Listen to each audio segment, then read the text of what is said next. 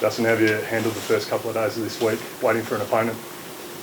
Oh, I haven't really thought about it too much. What will be with an opponent. We've got 2 weeks off. This week is about getting our footy better. Working on a few things we need to work on in our game, and then whoever we play, we'll focus on next week because it doesn't really matter right now. Got through the review. Trained today, trained Friday. And then next week we'll get on to whoever our opponent is. Do you like the pre-finals bye and what it allows you to do as a footy club? Oh, at times, benefits this situation, I guess. There's always a couple of players who will benefit from the extra week as well. So, probably against it, to be honest. I'd probably rather it maybe before the grand final, a bit like the NFL do, to give the build-up into the grand final, bigger build-up and a longer build-up. But, it is what it is. Don't make those decisions, so, yeah. It's been 3 years since Freo's last finals campaign. There's still a lot of familiar faces in the team now. What do you think have been some of the biggest developments in the team since then, and what are some of the lessons you've learned from that finals campaign? I think there's a fair few players there, but there's also a lot of change. It's sort of evolved. We've evolved the forward line, especially since then. To be honest, it feels like we're a really different team. So, focus probably on this year and the growth this year rather than looking back that far. I haven't really given that a heap of thought, as you can probably tell. But I think what we've been able to do is build a style of footy that is able to be adaptive to opposition we play against, game situation. I think we've lost clearances at times this year, but we've been able to rely on our ball movement. We've won clearance and been able to lock the ball and play a front half game. Defences and in particular our back line, has been strong all year and been able to hold up under pressure at times, especially against the better sides as we saw on the weekend. So I feel like we're building a style of footy that is flexible and adaptable to different weeks, different games and different quarters in some sense. So the maturity of the group and a bit more flexibility in the team has added to that. Do you feel like that adaptability and different gears that you have will make you hard to prepare against? Yeah, I don't know whether it's different gears. It's just different ways of playing. And opposition week in, week out and even quarter in, quarter out offer up different opportunities and different challenges. And we've been able to adapt well in game to those things. The flexibility in our team with personnel, which we've tried to work on over pre-season and throughout the year, has helped some of that. So it has definitely helped, but it's probably not necessarily gears. It's more the flexibility. How do you harness Pat Voss's energy or excitement levels over a 2-week break leading into finals? He might explode. No, he's actually pretty good. He finds it. He's probably one that does have gears. He's got a good nature about him. He knows when to be serious. He knows when to have a bit of fun and bring that energy. He's just been a great addition because, like I've said all along, whenever I get asked about Vossi, you guys see all that stuff, which is great, and that's a part of his personality. But the other part of his personality is he just wants to be the best footballer he can be, and he was in here early with Josh Tracy and the other tools doing extra marking again today. We were joking the other day with Jamie Graham about how many kicks he's kicked at Vossi since Vossi's got to the club. It'd have to be over 10,000. Just every day he's getting balls kicked into his hands, trying to work on his craft. So he's got that serious side to him, and that's what we love about him. And on that, is it like the work he does with other players, before training? That is it almost like having another assistant? Not really.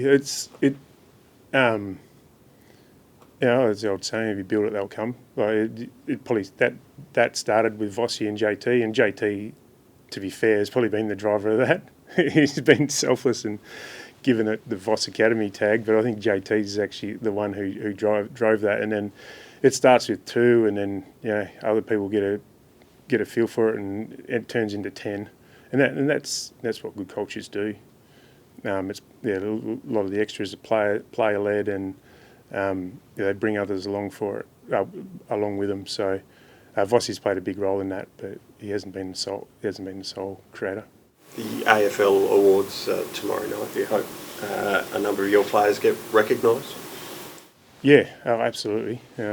Clearly, Murph is in the running for an award, which would be great to see him get the honours, best first year player or whatever they call it.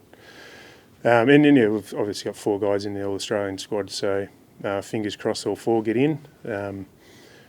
See where it lands. They've all had really consistent years and helped us get where we are, so fingers crossed for all of them. Given that the Doggies game was essentially an elimination final, looking back, what do you think you got right in terms of the mental preparation, and do you think it holds you in good stead going forward? Yeah, definitely. Well, I don't think the final will build up as much as that game, so in some sense the pressure will be less. I just think really proud of the way the players were able to stick to process. And by process, I mean controlling the things they can control, and it's really what you need to do week in, week out. And there's been weeks where I guess all clubs haven't quite got that right, and we've had a couple of weeks where we would love back in terms of the product we've put out on weekends, but we're able to reset and focus on us a fair bit last week because we felt like if we took our best footy on the road against the Dogs, we'd get the job done. Clearly, there was some things we needed to stop with their game, but it was largely based around us and the sort of brand that we want to put out there. And really proud of the players to be able to control what we could control, and I think that showed in their execution. Spoken about that adaptability and flexibility. Are there other things you think have contributed to you playing your best footy against the best teams? I think against the good sides, the free-flowing ball movement doesn't come into it as much, and it becomes about the contest a lot more. And when we've been able to bring teams into a contest and make it more of a contested game, we've been able to thrive. So feel like that and the way we've defended teams has really stood up against the better sides. And I know everyone wants to talk about ball movement and how many scores we had from our back half on the weekend, but if you look at how a lot of those chains start, they start off the back of turn the ball over in good areas, end a contest. So you get that right, your ball movement sometimes looks after itself. You mentioned Murphy Reid earlier. He obviously made a big impact in round 1, but what have you made of his growth and development over the season? He's been super. Like I've said all along, he wants to learn, he wants to get better, he wants to evolve his game, and probably most of all, he just doesn't shirk any of those bigger moments, or he actually goes looking for them probably too much at times, trying to tell him to keep in roll a bit more than he does. But people forget he came to the club as a midfielder, and we were developing him as a midfielder, but we had injuries early in the season, especially probably late in pre-season. We started getting a lot of injuries, so we put him forward, and he's flourished. He's done a lot of work on his running patterns and some of his defensive work, but he just eats up the feedback and gets to work and improves. And he's putting out a good product week in, week out now. But I'm really excited for what that's going to look like in 2-3 years' time. How'd Hayden Young pull up after the game? Yeah, good. Yeah, he pulled up really well. Medicos and fitness guys handled his game time really well. I think it was just under 80 minutes, which is probably what we had planned going into the game. I thought, he had big impact on the game. Thought early when he came on, he really helped us in the contest, especially around stoppage. I think every time he came on the field, he picked up where he left off. So, I'm really proud of his efforts. I've said plenty of times throughout the year, he's disappointed when had those repeat injuries, but he just got back to work and worked his backside off, and it allows him to come in a big game against a really good midfield and impact. So credit to him.